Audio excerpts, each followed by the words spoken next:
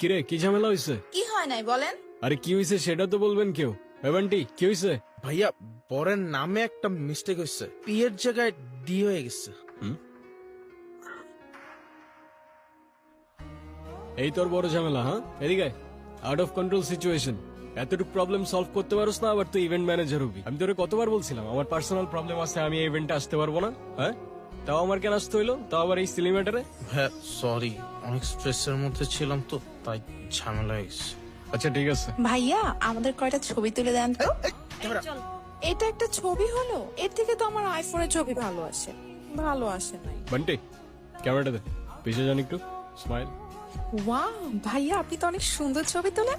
আপনার ফোনে যদি এই ক্যামেরা থেকে বেটার ফটোস ক্যাপচার করা যেত তাহলে এই ইভেন্টে এই ক্যামেরা না আপনার ফোন ইউজ করা হইতো। I hope you get it. Okay ছবিগুলো দিয়ে দিস, আমি যাচ্ছি। না মানে আমি বুঝলাম না, তোমার কি কোনো সেলফ রেসপেক্ট নেই? তুমি আমার ভাইয়ের গায়ে হলুদ দেশে ইভেন্ট ম্যানেজমেন্টের কাজ করতেছো, আবার আমার রিলেটিভসদের ছবি তুলে দিতেছো, আর এদিকে বাবাকে বলে রাখছি তার সাথে তোমাকে দেখা করাই দিবে। এখন সেই যদি এই অবস্থায় তোমাকে দেখে কি হবে একবার ভাবছো? কি হবে? আবার জিজ্ঞাসা করতেছো কি হবে? Are you serious? এখন আমার দোষটা কোথায় আমাকে বলবা? হ্যাঁ এখানে একটা সিলি ঝামেলা হয়েছিল, উইচ আই ডিডন্ট নো। আমার কিছু করার ছিল না, বান্টি আমাকে বারবার কল দিয়ে জ্বালায় মারতেছিল। ইভেন আমি ওকে বলেও রাখছিলাম যেন আমাকে কল না করে, আমার যেন এখানে আসতে না হয়। বাট টিমটা তো আমার, কোনো প্রবলেম হইলে আমাকেই তো দেখতে হবে, রাইট? রায়ন অনেক হয়েছে তুমি আর তোমার এই ফালতু টিম। মানুষের বয়ফ্রেন্ড ডাক্তার হয়, ইঞ্জিনিয়ার হয়, আর তুমি হইছো একটা ইভেন্ট ম্যানেজার। আজ যাইরা বাবা যদি জানতে পারে তুমি একটা ইভেন্ট ম্যানেজমেন্টে কাজ করো, কোনোদিন তোমার সাথে আমাকে বিয়ে দিবে না। এখন আমি তো এইটাই করি, it is what it is. কি করবো আমি এটার ব্যাপারে? তোমার কিচ্ছু করা লাগবে না, তুমি তাকিয়ে তাকিয়ে দেখো আর অন্য আরেকজন এসে আমাকে বিয়ে করে নিয়ে যা, তখন এসে ছবি তুলবে। এই তোমার কি আমার এক্সপেরিয়েন্স সম্পর্কে কোনো ধারণা নেই? এই কাজ করে তুমি আমাকে হ্যাপি রাখতে পারবা? এখন তোমার এই কথাগুলোর কি উত্তর দিব আমি তো জানি না। আমি যতদূর জানি ভালো থাকতে খুব বেশি কিছু তো লাগে না। পকেটে 2 বেলার খাবার, বাসা ভাড়ার খরচটা, আর পাশে ভালোবাসার মানুষটা থাকলেই তো এনাফ হবার কথা না? এই তোমার এসব ইনস্টাগ্রামের রিলসের ডায়লগ আমাকে শোনায় না। গত 2 বছর একই কথা বলে আসতেছে। বাবা অলরেডি আমার জন্য একটা ছেলে ঠিক করে রাখছে, আর তার বাবা অনেক rich. As soon as possible তুমি যদি ভালো একটা জব আর বিজনেস না করতে পারো, আমার কোনো কিছু করা থাকবে না। বাবার পছন্দ করা ছেলেকে আমি বিয়ে করে ফেলবো। আরে আমাকে একটু টাইম তো দাও না, মাত্রই তো বিজনেসটা স্টার্ট করলাম, একটু ওয়েট করো। এরপর যদি ভালো কোনো রেজাল্ট না আসে, দরকার হয় আমি প্রফেশন সুইচ করে ফেলবো, আই প্রমিস। বিজনেস? এটা কোনো বিজনেস হইলো? কয় টাকা আসে এটা থেকে বলবা? এই তুই এখানে কি করছিস? কত কাজ পড়ে আছে ওখানে। এই তো মা আসছি, তুমি যাও। আন্টি আসসালামু আলাইকুম। ওয়ালাইকুম সালাম। মায়ের সাথে যোগাযোগ করছস? না। কাউকে পাঠিয়ে মায়াকে একটু আনার ব্যবস্থা কর না মা, প্লিজ।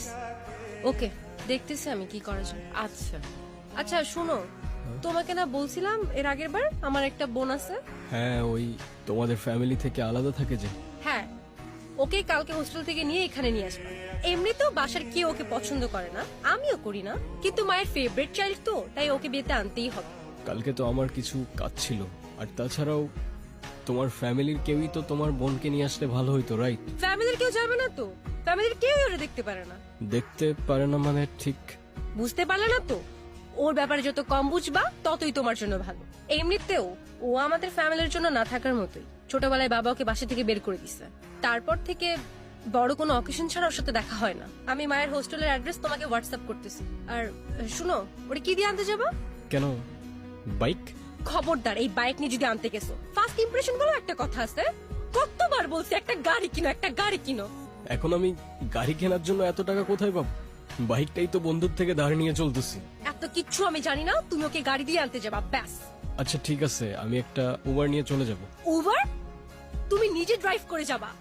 ও যদি জানতে পারে তুমি উবার নিয়ে গেছো, আমার মান সম্মান থাকবে?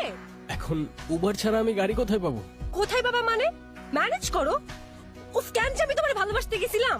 বাবার পছন্দ করা ছেলের বিয়ে করলেই ভালো হইতো। বাবা হ্যাঁ দোষ, হ্যাঁ কিরে, কি অবস্থা তোর এখন? ওই যে দেখে গেছিলি তেমনই আছি রে ভাই। তুই আমার পুত্র বন্ধু, সে কল দিয়ে খোঁজ নিবি। বাকিরা শুধু দরকার হইলে শুভকে ফোন দেয়। দুনিয়াটাই এমন দোস্ত, সবাই স্বার্থপর। আচ্ছা বাই দা ওয়ে, তোর বাইকটা নাকি সেল করে দিছস? হ্যাঁ, বাবাই জোর করে সেল করে দিছে। বাবা বলেছে এখন থেকে তার গাড়ি ইউজ করি। আচ্ছা তোর পাপার আই মিন আঙ্কেলের গাড়ির থেকে মনে পড়লো, গাড়িটা আমার একটু লাগতো বুঝলি, খুব আর্জেন্ট। ও আচ্ছা, এই কাহিনী। গাড়ি লাগবে দেখে এখন আমাকে ফোন দিছস? এখন গাড়ি দেওয়া যাবে না, বাবা রাগ করবে। ও আচ্ছা, আমি স্বার্থপরের মতো কাজ করছি না? আর তুই যে 25,000 টাকা নিয়ে 2 দিন পর দিবি বলে 2 মাস চলে গেছে, যে গার্লফ্রেন্ডের পেছনে টাকাটা ভাঙছস সেই গার্লফ্রেন্ডটাও চলে গেছে। হ্যাঁ, আমি কিছু বলছি? বড় বড় কথা বলতে আসছে। আচ্ছা সরি দোষ, কিছু মনে করিস না। নিস তুই, বাবা তো গ্রামের বাড়ি গেছে, তুই কালকে না হলে পরশু দিন ফেরত দিয়ে দিস। তাইলে কোনো প্রবলেম হবে না দোস্ত। ডান।